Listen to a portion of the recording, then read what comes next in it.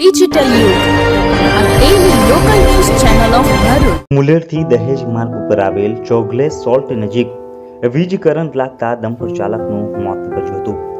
વાગરા પોલીસે અકસ્માતે મોતનો ગુનો નોંધી વધુ તપાસ હાથ ધરી છે.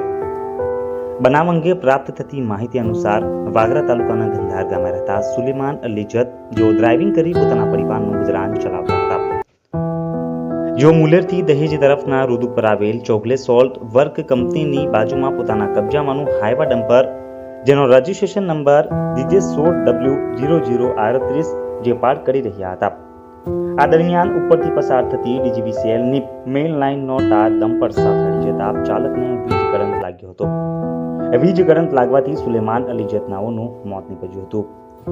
વાગરા પોલીસે મૃતદેહનું PM કરાવવા સાથે અકસ્માતે મોતનો ગુનો નોંધી વધુ કાર્યવાહી હાથ ધરી હતી.